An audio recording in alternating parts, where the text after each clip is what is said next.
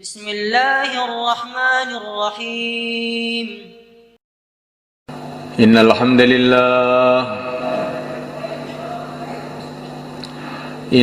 لله نستعينه ونستغفره ونؤمن به ونتوكل عليه. إن الحمد لله نستعينه ونستغفره ونؤمن به ونتوكل عليه ونعوذ به من شرور أنفسنا ومن سيئات أعمالنا.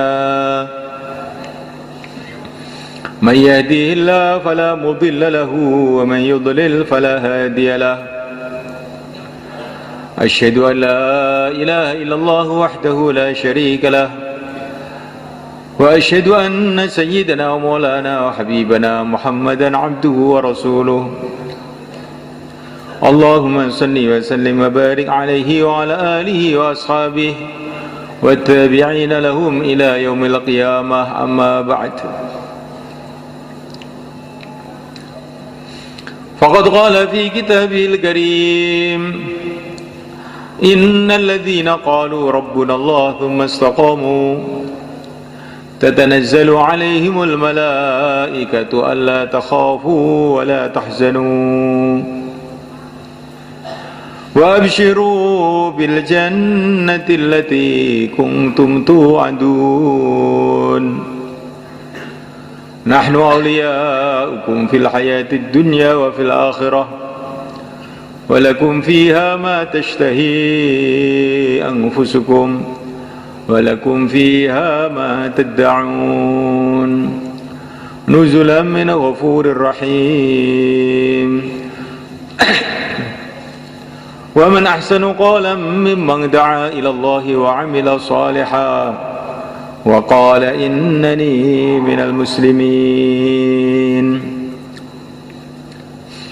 ولا تستوي الحسنة ولا السيئة، ادفع بالتي هي أحسن فإذا الذي بينك وبينه عداوة كأنه ولي حميم.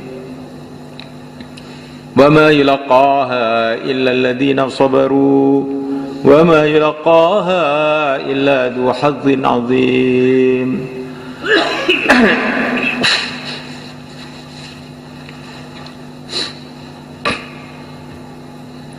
Hadirin yang dimuliakan Allah SWT,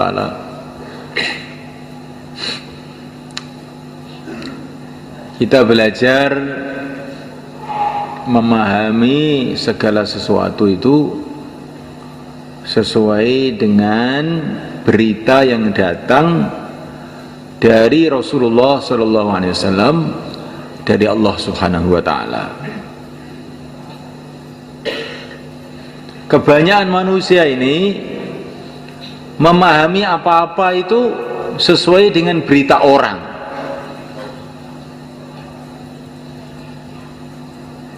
Kalau anak-anak pelajar itu kamu tanya, kenapa kamu sekolah? Katanya, nah gitu. Katanya orang-orang kalau dapat ijazah itu nanti jadi kaya. Katanya orang.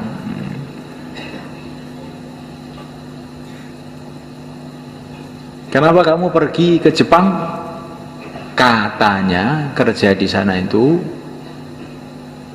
gajinya sebulan 10 juta. Katanya siapa? Katanya orang-orang. Kenapa kamu ke Korea? Katanya orang-orang. Pokoknya orang itu sekarang itu berpikir itu menurut katanya orang-orang. Sedangkan katanya orang-orang itu, katanya ada yang benar, ada yang tidak benar. Yang katanya.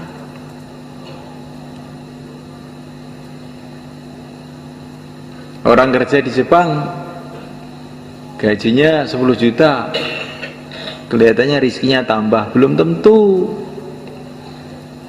Ini ada teman di sini kerja di Arab, di Marot, gajinya setiap bulan 6 juta. Mulai dia dapat gaji, mulai mertuanya di rumah sakit, sembuh ganti istrinya. sembuh lagi ganti anaknya. Akhirnya pulang 2 tahun dari Imarat, tidak bawa uang sama sekali, uangnya habis untuk ngobatin keluarganya. Sekarang dia kerja di Temboro, gajinya 600.000, tapi keluarganya sehat semua, 600.000 akhirnya utuh.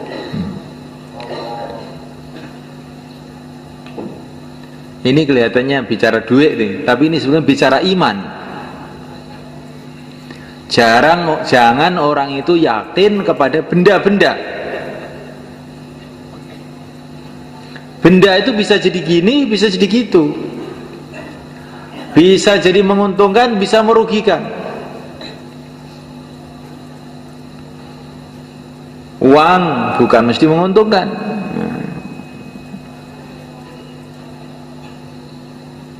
Ada orang bawa uang pergi ke kota, bisa beli sate, beli gulai, kelihatannya menguntungkan. Ada sampai di kota, ketahuan pencopet, dicopet, akhirnya dia sedih nangis. Sebabnya apa? Sebabnya dia punya uang. Kalau dia tidak punya uang, tidak dicopet. Ada orang yang punya anak kemudian bahagia. Ada orang yang punya anak kemudian menderita, nangis sebab anaknya. Begitulah benda-benda di dunia ini. Tidak ada yang pasti baik, itu nggak ada. Yang mesti jelek juga tidak ada. Kadang-kadang perkara itu kelihatannya jelek tapi ternyata baik. Bukan mesti jelek, enggak. Nabi Yusuf alaihissalam dimasukkan sumur, dijual ke Mesir sebagai budak, kelihatannya jelek, tapi akhirnya malah jadi raja di negeri Mesir.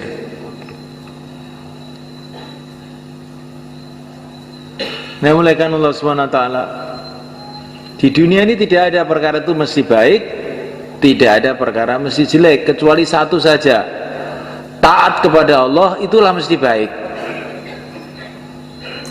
Maksiat kepada Allah itu mesti buruk.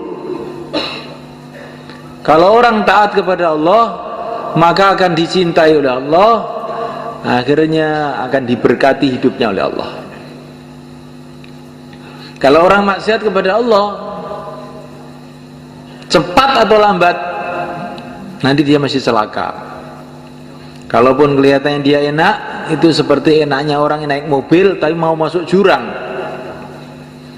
Seperti enaknya orang naik pesawat tapi mau jatuh.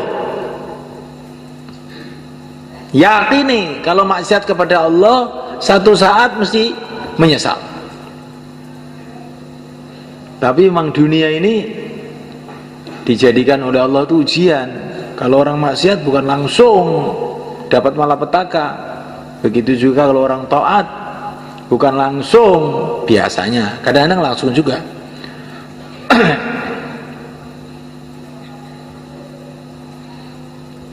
Berita-berita dari mana saja itu mungkin benar, mungkin salah. Tapi berita dari Rasulullah SAW pasti benar. Waman asdaqu minallahi haditha. Berita dari Allah itu pasti benar. Karena apa? Allah SWT itu maha kuasa. Untuk apa bohong? Orang bohong itu janji bohong itu karena apa? Karena dia tidak bisa menunaikan. Besok kamu saya kasih uang, ternyata besok saya nggak punya uang, akhirnya bohong saya. Kalau Allah SWT tidak perlu bohong, dia Allah maha kuasa. Allah menciptakan alam semesta dengan kun fayakun, jadilah maka jadi. Maka berita yang bersumber dari Allah SWT yang diberikan oleh yang mulia utusan Allah Nabi Agung Muhammad SAW itu pasti benar. Termasuk berita mengenai Ramadan ini. Kalau menurut orang, menurut manusia, Ramadan dengan bukan Ramadan ini ya serupa saja. Ramadan yang matahari dari timur tenggelam di barat sama ya. Ramadan dengan tidak Ramadan ya serupa, tapi berita dari Rasulullah SAW, dari Allah Subhanahu wa Ta'ala, Ramadan ini luar biasa. Ini bulan yang penuh dengan barokah, kata Nabi. Syahrun mubarak, bulan yang penuh dengan barokah, bulan yang doa-doa dimakbulkan, bulan begitu hebatnya bulan itu, sehingga ini di negeri akhirat sana, akhirat itu sudah ada, cuman kita belum ke sana. Kata Nabi, di negeri akhirat sana, waktu Ramadan itu pintu-pintu surga dibuka semua. Allah berfirman kepada surga, "Hei surga, berhiaslah, siap-siaplah untuk menyambut hamba-hambaku yang soleh, yang sebentar lagi akan datang ke sini." Maksudnya orang-orang puasa. Pintu-pintu neraka ditutup. Dan neraka itu kan memang belum waktunya untuk mengadab, toh ini belum kiamat ya. Tapi ini ditutup, biasanya dibuka, ini ditutup untuk Ramadan ini. Seolah-olah Allah SWT itu ingin memberitahu kepada kita, ini pintu-pintu kejahatan itu sudah saya tutup, pintu-pintu menuju neraka sudah saya tutup. Jangan kamu usil di dunia buka-buka pintu neraka. Pintu-pintu surga sudah saya buka, jalan-jalan menuju surga sudah saya mudahkan. Jangan sampai kamu tidak usaha untuk berjalan menuju surga. Insyaallah, malakan. Masya Allah.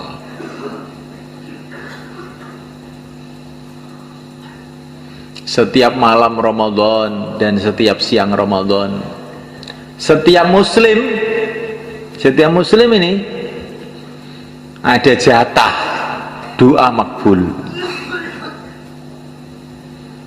Kapan itu? Mungkin waktu pagi, mungkin waktu habis sholat, mungkin waktu khutbah Jumat. Dan setiap malam juga ada jatah doa makbul. Setiap muslim, semua kita sama. Orang Islam semua punya jatah doa makbul, tiap siang sekali, tiap malam sekali. Kapan waktunya? Dirahasiakan oleh Allah seluruh Ramadan. Maka hati-hati dalam bulan Ramadan ini. Jangan sampai nanti doa-doa kita ini waktunya dimakbulkan pas kita tidur.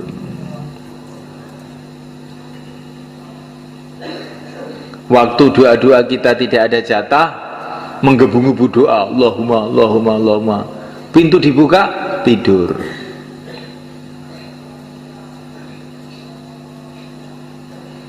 Nah itu doa itu dirahasiakan oleh Allah, supaya kita ini senantiasa mencari-cari itu.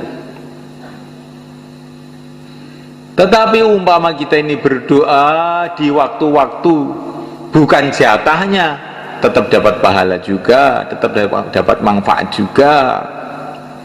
Tapi kalau doa kita ini kita panjatkan kepada Allah pas jatahnya, pas waktunya itu, doa itu akan kes makbul. Maka ada orang datang kepada Sayyidina Umar radhiyallahu ta'ala anhu, saya ini ada masalah begini, gimana? Kamu doa mulai maghrib sampai pagi, jangan ngantuk sedikit pun, nanti selesai masalah kamu. Bagaimana kalau malam Jumat, malam Ramadan lagi, nanti kita doa menteleng sampai subuh, bagaimana? Bisa nggak? Jangan kalah dengan sopir bis untuk mencari uang beberapa rupiah, menteleng mulai Surabaya sampai Jakarta. Jangan kalah dengan satpam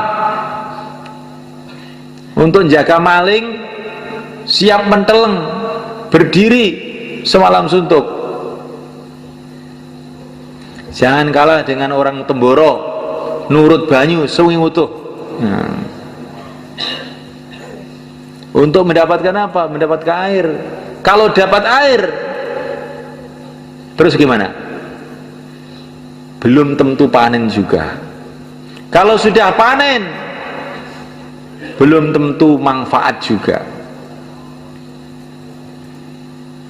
Gitu loh, kalau dapat air belum tentu panen. Kadang-kadang dapat air ya nggak panen. Itu orang petani semua tahu. Kadang-kadang dapat air nggak panen juga. Setelah panen itu belum tentu kemput untuk bayar utangnya, diesel, utangnya ini, rabuk dan sebagainya. Kalaupun kemput, belum tentu uang itu bermanfaat untuk kita. Kadang-kadang uang itu malah jadi masalah di keluarga kita. Anaknya minta sepeda motor, istrinya minta mobil. Bingung sendiri. Umpama nggak punya duit, sebetulnya diem aja semua. Gara-gara kelihatan ada duit, akhirnya geger semua. Akhirnya ditegasi, nggak boleh. Ini uang disimpan, nggak boleh. Akhirnya istrinya lari ke Korea.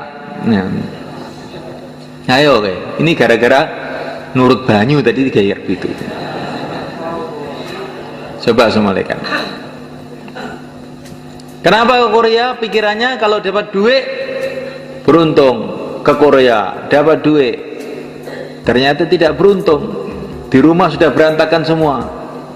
Anaknya ke terminal, suaminya nggak tahu kemana. Akhirnya orang tadi bingung di rumahnya, tambah menderita, hidup dalam kebingungan. Itulah dunia sebenarnya. Jadi dunia ini nggak ada yang mesti baik, itu nggak ada. Dunia itu bisa juga jadi baik, bisa juga jadi buruk. Terserah Allah. Yang mesti baik itu agama ini. Kalau orang mengamalkan agama dengan sungguh-sungguh, menjalankan perintah Allah dengan sungguh-sungguh, menjauhi larangan Allah dengan sungguh-sungguh, nanti yang buruk-buruk tahu-tahu jadi baik, yang baik tambah baik. Ini pengalaman para nabi, para sahabat, para wali-wali Allah itu. Mereka itu nggak mikir kaya miskin, nggak dipikir itu. Yang penting taat sama Allah. Setelah taat sama Allah, ternyata miskin tapi baik. Ketika mereka taat pada Allah, kaya tapi baik. Ada yang jadi raja, yang dipikir bukan bagaimana saya mempertahankan kerajaan saya, yang penting saya taat sama Allah.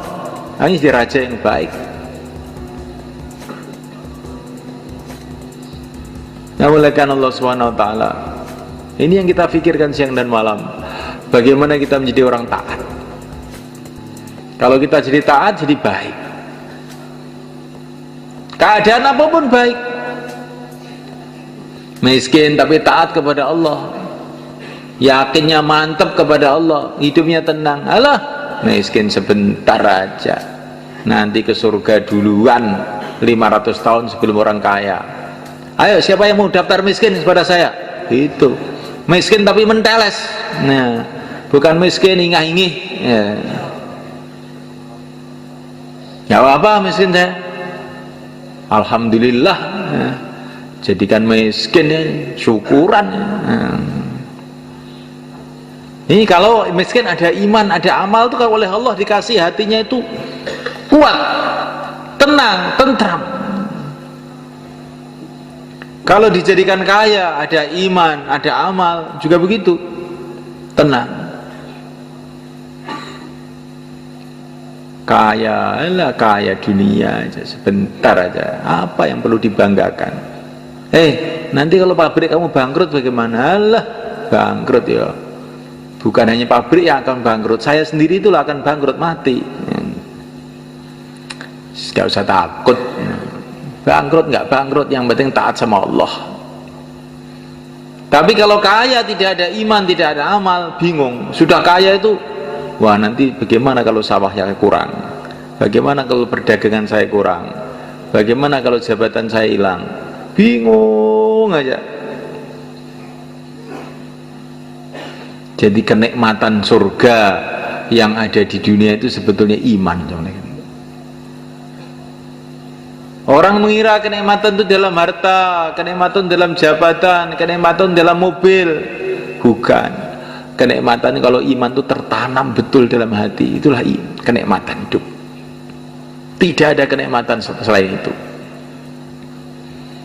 Maka Sayyidina Ibrahim bin Adham radhiyallahu ta'ala anhu, ini anak raja di Balkha sana di Persia. Beliau jalan kaki menuju Makkah. Ketika mau jalan kaki, setan itu datang membisikkan ke hati dia, Persia Mekah ini jauh loh, kamu jalan kaki ya berapa tahun nanti. Maka dia tersentak, astagfirullah, setan. Orang mau kebaikan dihalang-halangi. Demi Allah, saya akan terus berjalan ke Mekah, dan saya bersumpah setiap 1 kilo akan sholat 1000 rakaat. Terus berjalan setiap 1 kilo sholat 1000 rakaat sampai di Mekah itu 12 tahun. Jalan di Mekah dari Persia ke Mekah itu 12 tahun. Akhirnya jadi wali. Itu ciri khas wali itu, kalau ditakut-takuti setan malah dadi. Oh, kamu ke Mekah nggak takut nanti? Hah, tidak takut. Setiap 1 kilo 1000 rakaat. Kalau mau jadi wali begitu. Kalau ditakut-takuti setan, tambah dadi. Sayyidina Umar radhiyallahu ta'ala anhu, ketika beliau jadi Amirul Mukminin, maka beliau ini sedang memperbaiki Masjidil Haram. Maka ini Abu Sufyan yang dulu rajanya Mekah lah, ringkesnya itu, disuruh sama Sayyidina Umar, Abu Sufyan, ambil batu sana, ayo, roan. Nah, maka Abu Sufyan itu pun ngangkat batu. Tokoh-tokoh Mekah semua ngangkat batu, roan semua. Maka setan datang ke hati beliau ini, hebat betul kamu, Abu Sufyan. Kamu jadikan kayak anak kecil aja suruh ngangkati batu. Siapa lebih hebat dari kamu, Umar? Langsung Sayyidina Umar, astagfirullah, setan nih. Langsung beliau itu sujud di lumpur, sujud di situ. Ya, biar kapok ini setan. Oleh setan suruh sombong, sujud biar tawadhu. Jadi begitu orang-orang soleh-soleh dulu itu. Kalau dibisiki setan keburukan, dia berbuat sebaliknya. Maka dikatakan para ulama, setan itu tidak berani datang kepada Sayyidina Umar. Karena setiap dia membisikkan keburukan, Sayyidina Umar itu berbuat sebaliknya. Kalau setan datang, kamu tidur, langsung malah bangun nggak tidur. Kamu sombong-sombong malah tawadhu, jungkel, sujud di lumpur. Kalau setan datang, kamu jangan sedekah, kamu masih banyak keperluan. Nanti Sayyidina Umar dikeluarkan semua uangnya, sedekah. Jangan puasa, ini panas ini, malah puasa. Itu wataknya Sayyidina Umar. Apa saja bisikan setan, beliau berbuat sebaliknya. Akhirnya setan nggak berani. Nanti kalau saya bisiki lagi malah tambah dadi nanti ini. Ya, kita belajar begitu, insya Allah mulai kan. Sekarang ini setan besar memang sudah dibergol, setan kecil masih ada. Katanya Maulana Zakaria, setan kecil masih ada. Kalaupun tidak ada, itu bekas-bekas ajaran setan yang selama setahun itu masih nancep di hati kita. Ajarannya bagaimana? Nanti kalau diajak keluar, itu terus diundur bulan depan, tahun depan, begitu. Bagaimana kalau kita tentang aja? Insya Allah. Jadi begitu semua kan. Allah sudah berfirman kepada kita bahwa syaitan itu musuh kamu. Inna syaitana kana lakum aduwwan mubina. Syaitan itu musuh kamu. Lah kok malah kita turuti terus? Allah sudah berfirman bahwa Rasulullah itu manusia yang paling sayang kepada kamu, tapi nggak mau kita ikut. Ya ini kan kita celaka jadinya begini ini semua kan. Muliakan Allah Subhanahu wa taala. Berita Ramadan ini, Masya Allah, berita-berita dari Nabi itu ajib-ajib sama malaikat. Orang yang sujud, sekali sujud saja dalam Ramadan ini, bila diterima oleh Allah sujudnya itu, Allah akan bangunkan untuk dia satu rumah di surga, yang rumahnya itu pintunya 60.000 pintu, yang setiap pintu itu ada istananya, dan dalam istana itu nggak tahu apa yang ada selain Allah SWT. Sekali sujud, alangkah maha pemurahnya Allah SWT, alangkah maha luasnya Allah SWT, alangkah maha dermawannya Allah SWT. Dan bagi Allah SWT tidak sulit yang demikian itu. Katanya orang-orang ahli teknologi, ahli sains sekarang di angkasa ini ada bertriliun-triliun, gak ada yang bisa ngitung, yaitu planet-planet yang gedenya itu kayak bumi ini, bahkan banyak yang lebih besar, berlipat-lipat, bergentayangan di udara ini, bermiliun-miliun, triliun-triliun, gak ada yang bisa ngitung, bahkan tidak ada yang bisa memperkirakan. Dan sekian banyak itu semuanya kan kosong, belum, nggak ada orangnya. Yang ada orangnya cuma bumi ini dok,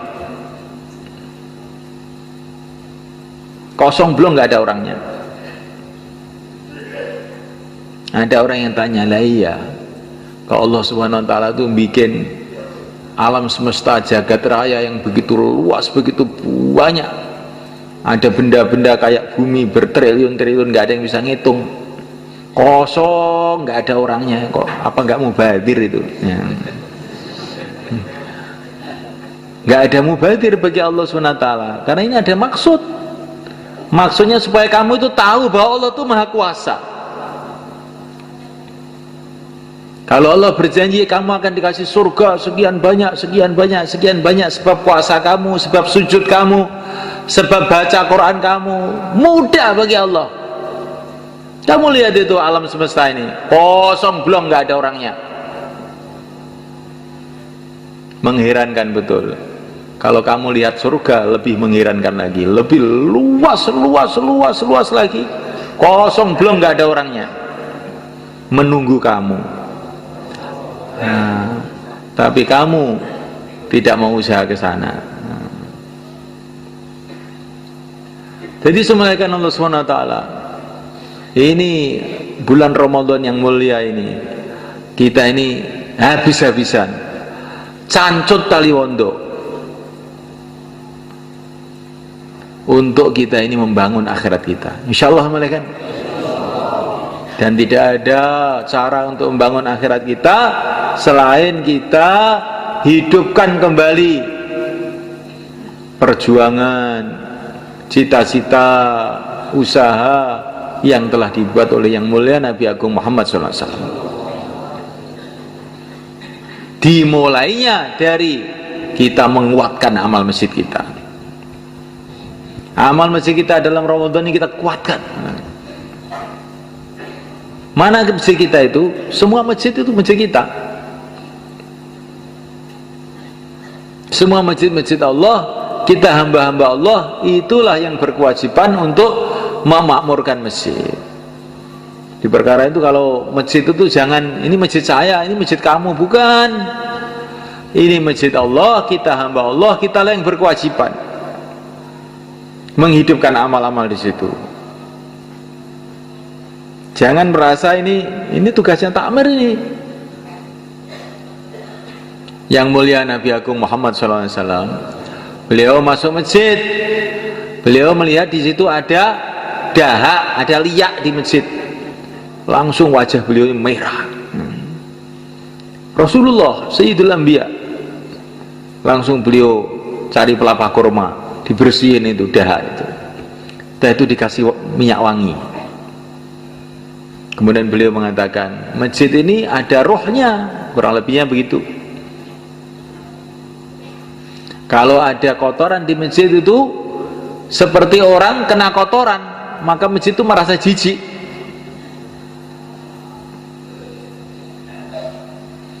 Masya Allah. Maka kita ini harus menganggap diri kita ini, meyakini kita ini hamba Allah, masjid Allah, kita yang berkhidmat masjid, kita yang membersihkan, kita pula yang memakmurkan. Insyaallah malaikat makmurkan masjid kita dengan amalan Rasulullah SAW, makmurkan dengan dakwah, sehingga masjid kita nanti akan jadi asbab hidayah untuk banyak orang yang Allah kehendaki. Ada masjid Rasulullah SAW di Madinah Al-Munawwarah. Masjidnya sangat sederhana, kan. Tiangnya dari gelugu kurma, lantainya dari tanah, atapnya dari daun-daun kurma. Kalau hujan pada bocor. Gak ada lampu di masjid itu. Tetapi masjid ini telah jadi asbab negara-negara masuk Islam, raja-raja masuk Islam, bangsa-bangsa masuk Islam.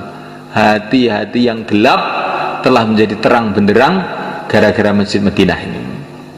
Semoga begitulah masjid kita semuanya.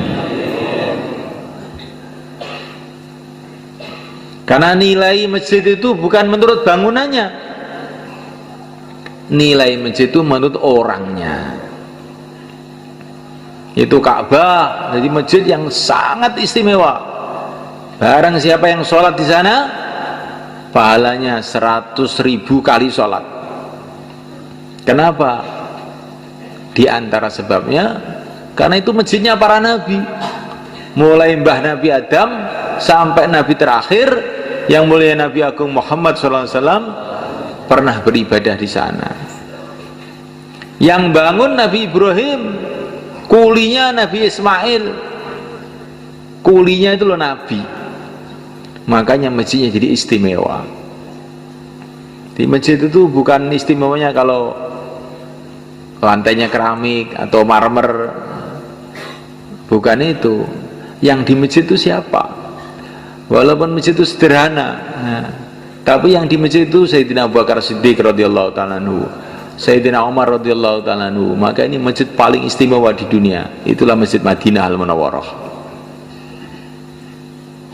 Orang-orang kafir, orang-orang kafir masuk Masjid Nabawi, berubah pikirannya, berubah hatinya, sehingga orang-orang kafir jadi wali-wali Allah.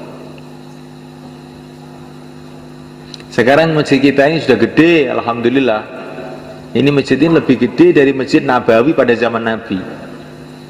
Wis gede, wis apik ya. Karek wonge engko bengi iktikaf ora karek kuwi ning ngene. Wong Ramadan kok yo mulih kuwi arep nyapo, gitu. Ramadan ki amalane iktikaf. Ramadan malam Jumat mulih, iki apa ya patut. Patut napa tenan? Ketinggalan mboten patut. Iki cara didilok nek welek nek jan masyaallah. Ramadan malam Jumat mulih ora iktikaf. Kuwi kayane wong tuwek umur 70 tahun ngau kathok endek. Ya. Undel-undele. Wis ngoten niku. Didilok tok langsung mata beleken. Niki tentang dina mudin wae. Kalau di dina mudin kita ini kalau Ramadan nih, amalan 24 jam mulai kan. Pagi hari bayan hidayah pengeluarkan jamaah. Malam hari tarawih panjang-panjang, kadang-kadang sampai jam 11 sampai jam 12 saya baru selesai tarawih itu. Tarawihnya panjang-panjang. Masih juga pengeluaran jamaah pagi-pagi, masya Allah. Siapa yang punya cita-cita masjid-masjid kita jadi begitu? Insya Allah kita semuanya. Masjidnya kecil di Tomutin itu, tapi amalannya besar, sehingga jadi asbab hidayah. Hidupnya agama di London, hidupnya agama di Rusia. Kemarin saya baru dapat cerita jamaah yang dikirim ke Rusia. Jamaah Malaysia kemarin datang ke sini. Bagaimana dia masuk di hutan-hutan Rusia itu, musim salju, musim dingin, masuk ke kampung, terus membuat pertemuan habis ngisya. Dia mengira di kampung seperti ini mana ada orang mau datang. Musim dingin lagi, es di mana-mana es.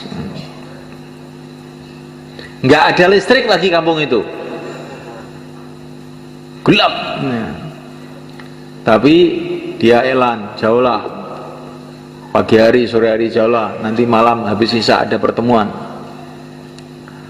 Setelah habis isya tahu-tahu loh, ada apa ini? Ternyata orang-orang pada datang tuh naik kuda mereka. Orang Rusia tuh naik kuda datang itu. Ada yang naik keledai. Masjid itu penuh, ada 500 orang ikut pertemuan itu. Ini bukan istimewa, pertemuan jamaah gerak begitu itu.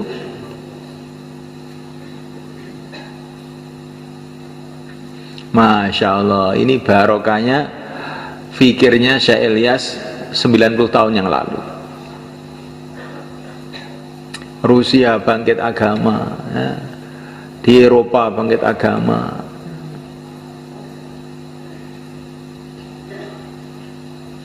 di Amerika bangkit agama, di Temboro bangkit agama, di Sumberjo bangkit agama.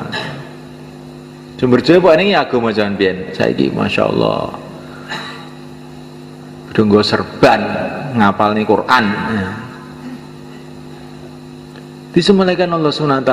Alangkah indahnya hidup beberapa hari ini, 60 tahun, 70 tahun, terus kita ini hidup jadi asbab hidayah untuk banyak orang. Maka dakwah kita hidup, kita kuatkan waktu Ramadan ini semelehkan.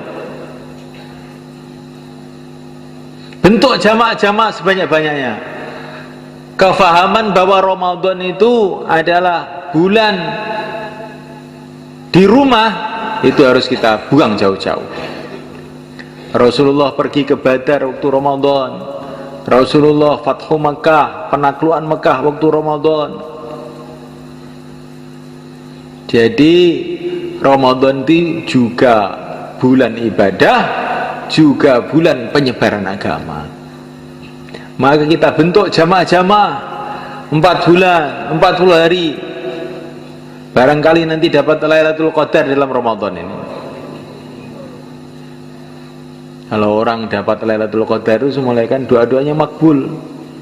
Yang tadinya orang hatinya keras, duit aja hatinya berubah. Karena disalami oleh malaikat Jibril, jadi lembut, mikir akhirat. Itu kalau orang dapat Lailatul Qadar itu begitu itu. Doa-doa makbul, asalnya belajar ilmu nggak masuk-masuk. Mudzakarah sifat lali terus. Ataupun ingat nggak bisa mengamalkan.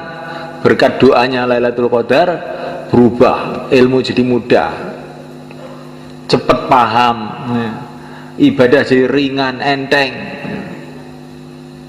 Ini barokahnya orang itu mendapatkan barokahnya doa-doa Lailatul Qadar, doa-doa Ramadan. Lah untuk mendapatkan itu paling baik dengan kita keluar jalan Allah. Insyaallah malaikat. I'tikaf di masjid kita hidupkan. Nanti kalau kita keluar i'tikaf juga. 5 amal masjid kita hidupkan. Kalau kita keluar 5 amal masjid kita hidupkan juga. Jamaah-jamaah kita keluarkan. Dengan kita keluar akan kita bentuk jamaah-jamaah. Tahajud kita hidupkan. Dengan kita keluar maka tahajud pun mudah kita hidupkan. Maka Ramadan ini bulan dakwah di samping bulan ibadah. Insyaallah malaikat. Banyak orang yang dapat hidayah, banyak orang jadi wali-wali Allah dalam bulan Ramadan ini. Orang itu tahu-tahu berubah karena kesungguhannya dalam bulan Ramadan, tahu-tahu berubah. Jadi orang yang dekat kepada Allah, jadi orang-orang ahli ibadah, jadi orang-orang ahli dakwah, jadi orang-orang ahli ilmu. Maka jangan sampai kita sia-siakan detik-detik Ramadan ini. Ini sudah tidak terasa, sudah hampir separuh nih Ramadan yang kita dapat. Nanti tanpa terasa tiba-tiba, loh kok sudah hampir habis. Itulah umur manusia semulaikan. Perasaannya masih muda, tahu-tahu loh wis 30. Tahu-tahu sudah 40. Tahu-tahu sudah 50. Tahu-tahu sudah dekat kuburan. Nah, tapi masih mikir yang lain-lain juga. Alam ya'ni lilladzina amanu an tahsya qulubuhum li dzikrillah. Orang-orang beriman itu apa belum waktunya toh untuk hatinya tenang menikmati zikir kepada Allah itu? Apa belum waktunya? 40 tahun di dunia, 50 tahun di dunia belum pernah merasakan nikmatnya zikrullah, belum pernah berhubungan yang sungguh-sungguh dengan Allah, belum pernah nangis pada waktu malam ya. Belum pernah usaha akhirat sungguh-sungguh. Apa kita nggak rugi semua kan? Apakah belum waktunya kita bertaubat? Sudah waktunya, mau kita undur kemana lagi? Apa belum waktunya kita ini mikirkan akhirat dengan sungguh-sungguh? Sedangkan akhirat itu tambah hari tambah dekat, tambah hari tambah dekat. Apa belum waktunya kita ini berlezat-lezatan dengan zikrullah, dengan sholat, dengan tarawih? Terus kapan kita ini? Kapan kita ini akan merasakan seperti yang dirasakan para sahabat dulu? Tarawih semalam-malam suntuk, zikir semalam-malam suntuk. Kapan itu akan kita rasakan? Kalau hidup sekali ini kita tidak bisa merasakan itu, betul-betul hidup kita ini hidup yang rugi. Nah, waktunya Ramadan ini, insya Allah malaikat. Waktu Ramadan ini waktu yang sangat baik itu. Bulan barokah. Barokah itu apa toh? Barokah itu kebaikan-kebaikan datang tanpa kita sangka-sangka. Itu namanya barokah. Maka Ramadan ini Nabi katakan ini bulan barokah. Akan datang kebaikan-kebaikan yang tidak disangka-sangka. Kalau kita jaga adab kehormatan Ramadan ini, akan datang kebaikan-kebaikan yang tidak disangka-sangka. Urusan perjuangan kita, urusan dakwah kita. Akan datang kebaikan-kebaikan yang tidak disangka-sangka. Urusan keluarga kita. Akan datang kebaikan yang tidak disangka-sangka. Urusan ekonomi kita. Akan datang urusan yang tidak, kebaikan-kebaikan yang tidak disangka-sangka dalam macam-macam urusan. Karena ini bulan barokah, syahrun mubarak. Pakai syarat kita jaga kehormatan bulan ini. Puasanya, tarawihnya, tahajudnya, sedekahnya, dakwahnya, taklimnya.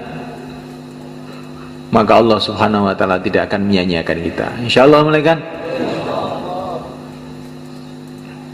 Semua orang punya masalah. Lah, Ramadan inilah kesempatan kita menyelesaikan masalah dengan berhubungan kepada Allah yang bisa menyelesaikan segala masalah. Inilah kesempatan malaikat. Masalah ini, masalah ini, masalah itu, masalah ini, masalah itu, masalah besar, masalah kecil, bagi Allah Subhanahu wa taala semua kecil aja. Dan Allah pun untuk menyelesaikan masalah kita ini punya sejuta cara, triliun-triliun cara, nggak ada batas yang tidak kita kira-kira. Sayyidina Ali radhiyallahu ta'ala anhu satu hari melihat istrinya Sayyidah Fatimah radhiyallahu ta'ala anha, putri Nabi, sedang sakit. Maka Sayyidina Ali mengatakan, Fatimah, kamu ingin apa? Saya ingin buah delima. Maka Sayyidina Ali pun pergi ke pasar, uangnya cuma cukup untuk beli delima satu aja. Beli delima satu, dibawa pulang. Di tengah jalan ada orang miskin di pinggir jalan minta-minta. Sayyidina Ali merasa gak enak, gimana ya ini? Istri saya seneng delima, ini ada orang minta-minta. Allah Subhanahu wa ta'ala memerintahkan kita untuk membantu orang minta-minta. Gimana ini? Dah, tak sedekahkan aja, semoga Allah kasih jalan keluar. Sedekahkan delimanya. Akhirnya pulang ke rumah, nggak bawa delima. Tapi tiba-tiba Siti Fatimah bilang, ya Ali, gak usah beli delima ya, gak usah beli delima. Loh kenapa? Saya kok sekarang kok jadi nggak seneng, tadi ingin gitu kok, sekarang kok tidak lah. Nggak usah beli ya. Ya, memang sudah saya berikan orang, tadi saya sudah khawatir di rumah ditagih. Ternyata kamu sudah nggak seneng. Ya sudah nggak seneng saya. Belum lama kemudian datang tamu. Tamunya itu Salman Al-Farisi. Tamunya itu ternyata utusan Rasulullah. Saya kesini utusan Rasulullah. Mau apa? Ini mau ngantar hadiah. Hadiah apa? Delima dari Rasulullah. Langsung dikeluarkan dari kantongnya delima. Dihitung 1, 2, 3, 4, 5, 6, 7, 8, 9. Loh, ini dari Rasulullah. Iya dari Rasulullah. Kalau dari Rasulullah mestinya 10, bukan 9. Mesti kamu ambil 1 nih. Nah, kata Sayyidina Ali, Salam mengatakan benar. Memang saya ambil 1, tapi saya ingin nguji kamu, ngerti nggak kamu coba? Dari mana kamu kok tahu ini? Bahwa delima ini 10, saya ambil 1. Sayyidina Ali ini, saya itu baca Quran mulai awal sampai akhir itu nggak ada orang beramal 1 pahalanya 9, nggak ada. Minimalnya pahala itu 10, bukan 9. Maka mesti kamu entet ini. Ini katanya Sayyidina Ali. Jadi sudah malaikat Allah Subhanahu wa ta'ala. Ini ilmunya Sayyidina Ali itu aneh-aneh kadang-kadang. Ini di ilmu tafsir gak ada begini nih. Ini pemahamannya para wali mengenai Quran ya. Saking yakinnya Sayyidina Ali kepada Al-Quran ini malaikat. Maka dia yakin bahwa apa yang dia buat mesti dibalas oleh Allah. Dan kalau ini dari Rasulullah, mesti Rasulullah itu mesti kasih ilham oleh Allah. Nggak mungkin itu ngawur, itu Rasulullah nggak mungkin. Kalau Rasulullah itu dikasih ilham dari Allah mestinya 10, nggak 9. Nah, ini tafsirnya Sayyidina Ali ini. Karena Rasulullah itu semua perbuatannya adalah dari bimbingan wahyu. Lah wahyu nggak ada yang 10 dibalas 9, 1 dibalas 9 itu nggak ada. Man jaa bil hasanati falahu asyru amsalha, balasannya 10. Lah saya ini sudah sedekah kok nggak ada balasannya Pak ya. Mungkin balasannya tidak di sini, balasannya di akhirat. Atau mungkin sedekah kamu itu kurang ikhlas. Sedekah dengan cemberut. Sayyidina Ali itu sedekahnya dengan yakin ini perintah Allah. Maka kalau kita sedekah itu dengan ikhlas. Tandanya ikhlas itu gimana sedekah itu? Yang memberi dengan yang diberi itu lebih gembira yang memberi. Kalau kamu ngasih orang, kok kamu tampak lebih gembira daripada yang dikasih, itu tanda-tanda ikhlas. Tanda ya. Karena berarti kamu yakin dengan janji Allah, orang yang memberi akan dikasih berlipat ganda. Tapi kalau memberi dengan ngomel, bolak balik stawai yo jinjaluk itu. Ini berarti tondo-tondo ora ikhlas. Nah, mulaikan Allah Subhanahu wa taala. Maka kita pun nanti kalau ditasil untuk keluar, itu berangkat dengan ikhlas supaya kita dapat pertolongan Allah. 4 bulan itu berdiri itu dengan gembira, Masya Allah. Kalau saya membela agama Allah, Allah akan bela saya. Beruntung saya. Maka berangkat itu dengan gembira, bukan dengan cemberut. Insya Allah malah kan. Maka yang mau keluar 4 bulan, 40 hari, tambah masa, sisa masa, silakan berdiri ke selatan. Monggo, dengan gembira berangkat. Nah, bismillah, monggo. 4 bulan, 40 hari Ramadan. Monggo. Termasuk yang 10 hari juga.